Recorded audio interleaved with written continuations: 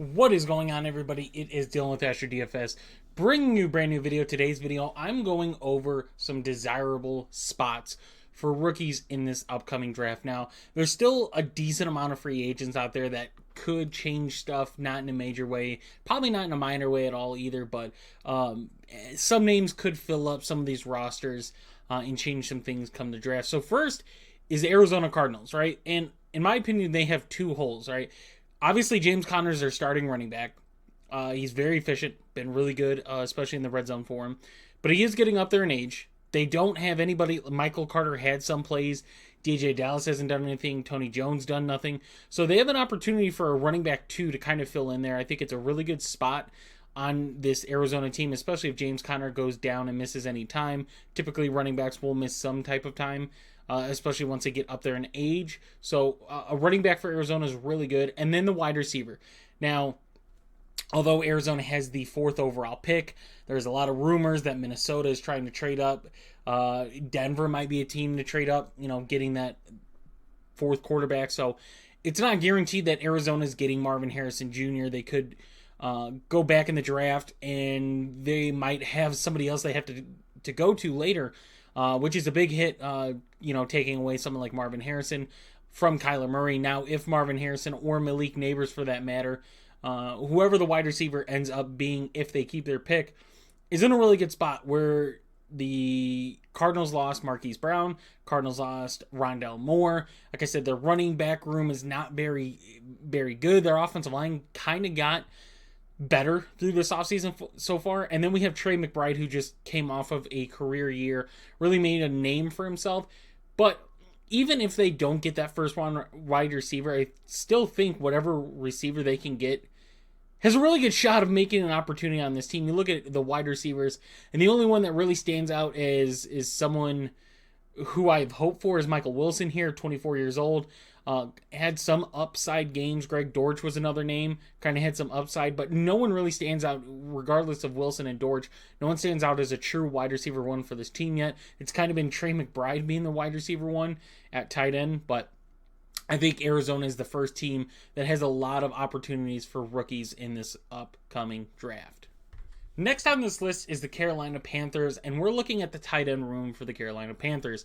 Now, you could go back and look at the last few years for Carolina tight ends, and it's not good. Now, granted, the Panthers were the worst passing team in the league last year. We still saw Adam Thielen be a 1,000-yard receiver. They obviously add Deontay Johnson. Jonathan Mingo gets another year in that system.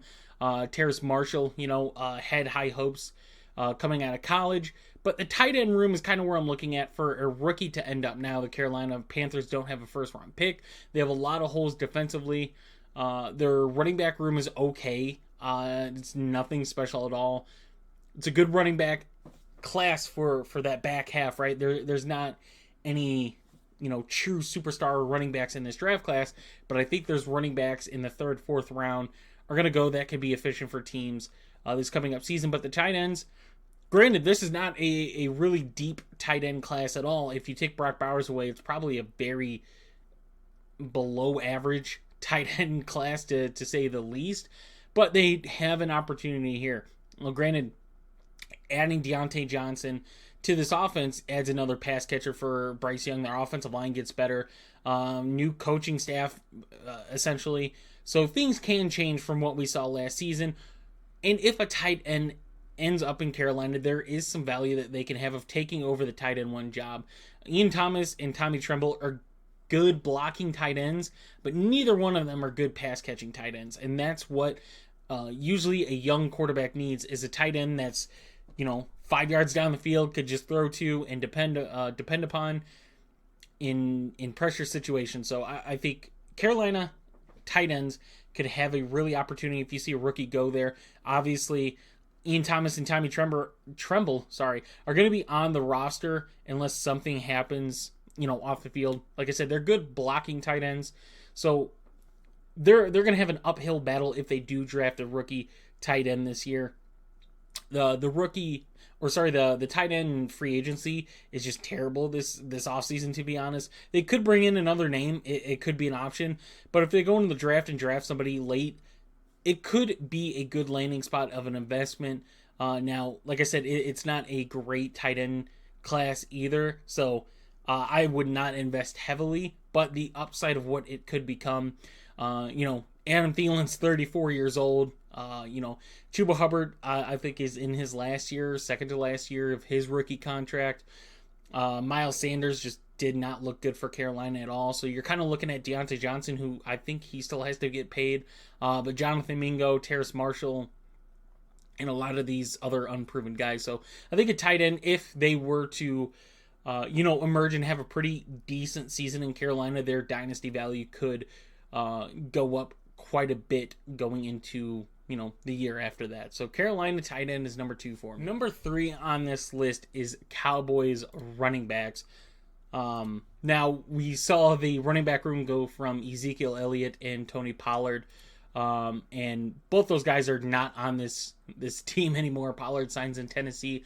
Zeke, surprisingly, still a free agent, could be a move to watch for returning to Dallas. There are a few running back free agent names that I'd be concerned with if they end up signing with Dallas. But as of right now, the running back room of Rico Dowdle, Malik Davis, Deuce Vaughn, and apparently Snoop Connor is not anything to worry about if you're drafting a rookie running back. I think the running back 1 position is still up for grabs. Obviously, even if Zeke goes back, even if someone like Clyde Edwards-Helaire goes there, there's no guarantee that they're still the running back 1. So if Dallas ends up drafting a rookie running back, it's a really good spot for them. We know how good their offensive line is. We know how good they are at moving the ball down the field. You saw Tony Pollard struggle in the red zone last season. The year before, Zeke made it look easy. Zeke got a lot of fantasy points off of scoring red zone touchdowns, right? Especially in the 5. He's really good at that, a goal line back. And if Dallas drafts a running back, no matter what round it is, right? As long as they're on a 53-man roster, come regular season start, like they have a really good opportunity to compete for that running back 1 spot in Dallas. Like I said, Zeke could sign back. Edwards-Helaire could be a name to watch for going to Dallas. But these guys on the roster of Rico Dowdle, Malik Davis, Deuce Vaughn, they're not guys that I'm concerning myself of taking over the running back 1 spot and them just rolling into next season with. So Dallas is going to be number 3 at the running back position. Number 4 on the list is the Chargers. So yet again, this is a team with 2 positions. Technically, you could say 3, but I'm going to hone in on 2 positions.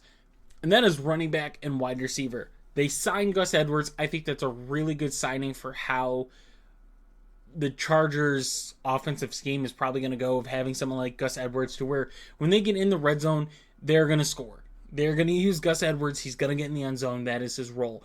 But if you're going between the 20s, they need somebody else, right? So I think a rookie running back going to the Chargers is a really good landing spot, depending on who the rookie is, obviously. But Isaiah Spiller, Patterson and Dotson are not guys to worry about. Isaiah Spiller got opportunities, didn't do anything with it.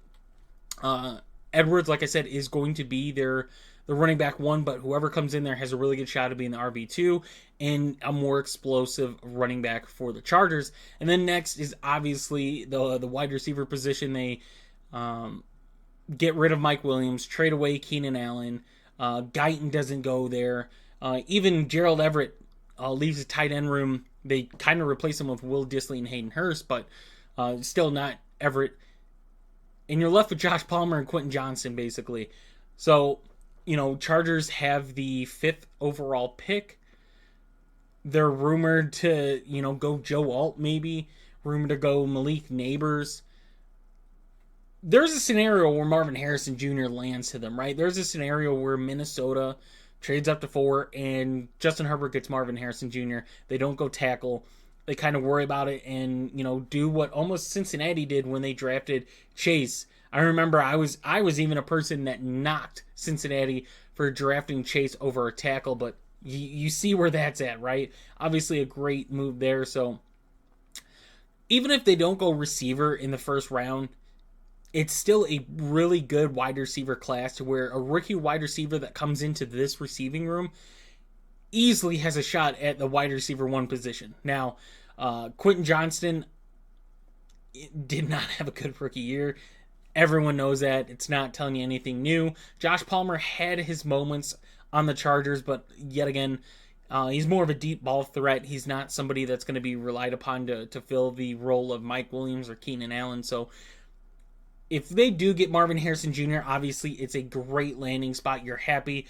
Get Justin Herbert, Marvin Harrison for a very long time. Or Malik Neighbors, right? Depending on the situation, Arizona keeps their pick. And the Chargers obviously want a wide receiver. Good receiver class, don't necessarily need to take one, but with how good those top 3 wide receivers are, it's kind of silly not to with how your wide receiver room looks right now.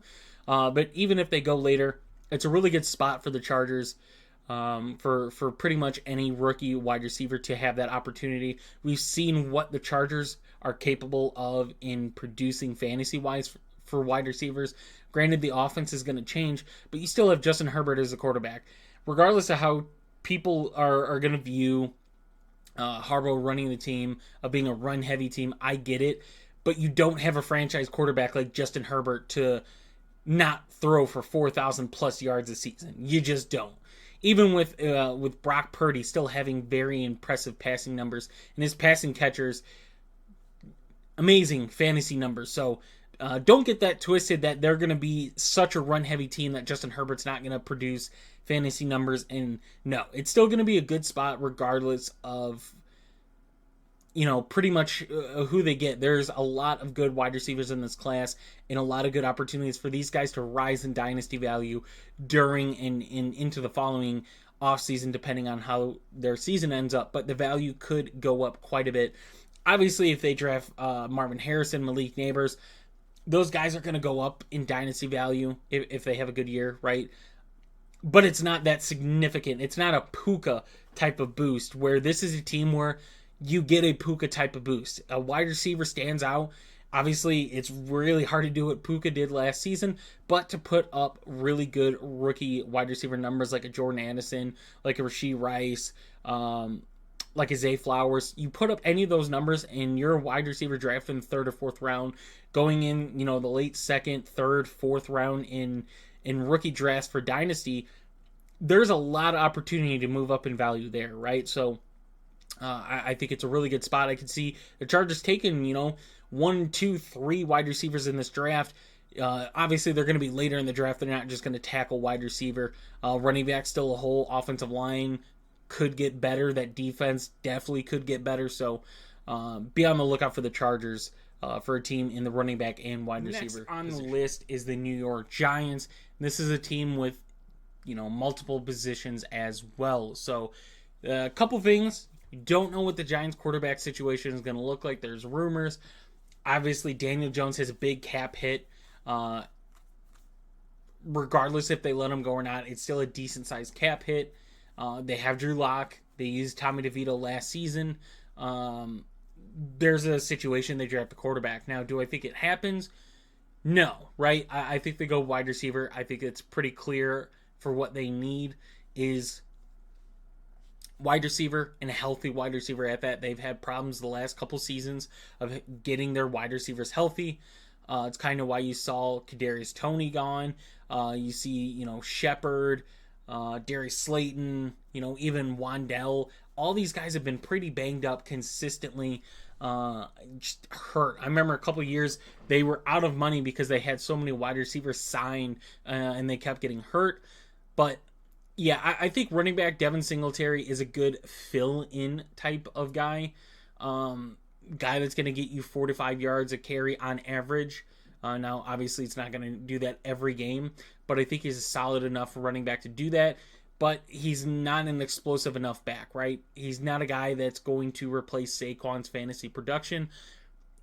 And with that, you've seen the Giants rely upon Saquon. Now, I think it's a good opportunity for a rookie running back, which I view the Giants as a team that's going to go get a rookie running back. Brightwell, Deion Jackson, Eric Gray, these guys have not done anything, right? Obviously, they're still young-ish, 25, so a few years in the league for most of them. I think it's a great opportunity for a team, or for a running back to land on this team, sorry. And yet again, you're not spending a lot for these rookie running backs. in the NFL draft, even in the rookie draft for your dynasty leagues. You're not spending high picks on rookie running backs unless someone lands in a beautiful spot and there's an injury. You're not getting a first round rookie running back in any draft. So you're looking at, late second, thirds is probably where a lot of these running backs are going, just depending on, landing spots. So rookie running back to the Giants, and then a rookie wide receiver. I think best case scenario is the Giants end up with, Malik Neighbors. I think that's kind of where everyone's at. The Vikings trading up, which means the Cardinals aren't taking a receiver. There's a scenario where the Chargers don't take a receiver, right? There is a scenario. I'm not saying it's going to happen, but there is a scenario where the Chargers don't, right? Like, we could say Cardinals keep their pick, they take Marvin Harrison, and the Chargers decide, hey, we'd rather go all than Neighbors. It's a scenario, right? But there's a good chance they're going to get Malik Neighbors. I think Malik Neighbors falls to them. It's a good landing spot. And regardless of who their quarterback is, right, I don't like Daniel Jones. I have not. If you take his running out of there, he is just not a good fantasy quarterback at all. His numbers haven't been impressive. He had one decent year. Other than that, has been just bad for fantasy. So you had a wide receiver. You get a very young, especially Malik Neighbors, you get a very young receiving core in Wan'Dale Robinson, Jalen Hyatt, and that third wide receiver. Darius Slayton, I still think is going to get snaps. I think he's a good receiver for the Giants. I think he fits in nice to their scheme. Buys in, just doesn't complain, right? Being on that kind of team for the time he has now been injured. Darius Slayton is going to be, it's going to be Darius Slayton, Wan'Dale, and Jalen Hyatt. That third wide receiver is going to get filled in. One way or another, they're going to fill him in, or that be taking Jalen Hyatt out, Darius Slayton out. There's going to be moves made to get, especially if it's Malik Neighbors in there. So don't get it twisted that is not a possibility. It's definitely going to happen. So I think the Giants taking running back and wide receiver are really good landing spots for rookies in Dynasty rookie drafts. So that's